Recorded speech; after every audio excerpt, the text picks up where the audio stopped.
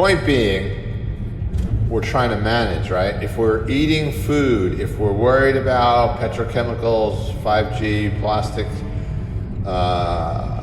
what someone else is doing, what our career is going to go toward, our trauma from our childhood, the desire for love, the fear of rejection, all that stuff we're trying to control, we're trying to manage.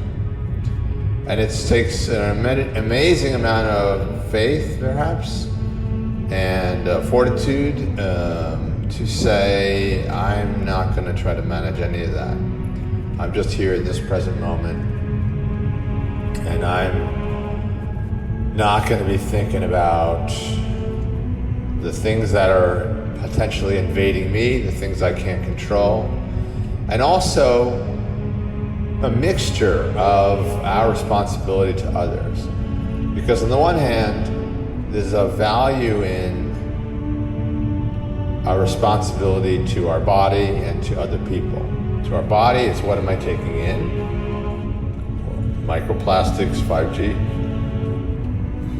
What am I putting out?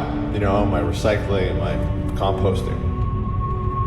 But while that is good and we can go too far when we're trying to manage everything, right? Then we have istium. I see that it is unmanageable. So I see that I'm trying to manage it. So it's about the middle way. So part of me is totally present and not worrying about the trauma of the past or the trauma of the present or the trauma of the future. And part of me is being responsible, saying what did happen in the past that I need to heal, and where am I heading in my future. It's very tricky because as soon as we start to think about our career, our relationships, our relationship with physical things like plastics, 5G, food, money, career, and our impact on others, we may try to manage it. So it's sort of like seeing the two sides. In the mask or persona, there's a desire to manage, or there's a fear that it's unmanageable. And whichever there is, if there's a desire to manage, then the shadow may have, or probably has, a fear that it's unmanageable. If we have in the conscious mind, the persona, the mask, a fear that it's unmanageable, then the shadow may be holding thoughts about how it might be manageable. Or, so it's basically whatever the opposite is.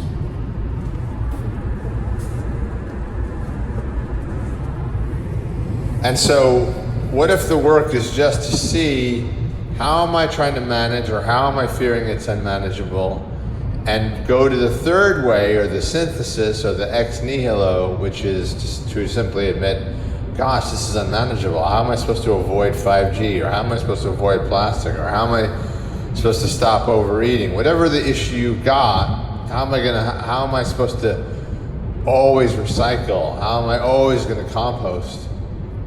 Sometimes it's not convenient or practical to do so. So instead of putting our primary emphasis on how to manage, how we can't manage, our fear of managing, we put most of our emphasis on admitting that it's unmanageable. Yes, some energy might go toward trying to manage. You might move to a place where there's no radiation, or you can drink out of a clay urn. Or you may keep information to yourself that may impact others. You may not always rush to make them the victim and yourself the rescuer. But at the same time, people may want to come to you for help, and you don't want to turn them down. So it's very tricky. The mind only deals in binaries. I can manage, I can't manage. I should manage. I wish I could manage. I am managing, right? All those binaries that the shadow and the mask take. But if you simply say istium, I see that it is unmanageable, then if that's what you're saying in the conscious mind, then the unconscious mind might be saying, well, maybe it's manageable. Maybe there's a way to manage it. You're like, yeah, maybe. But right now, what I'm seeing is that conflict between the shadow and the mask.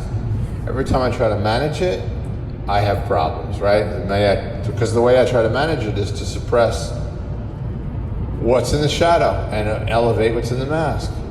And that makes going through life technically easier, right? Because you're like, oh, I know this is all good, or I know this is all bad.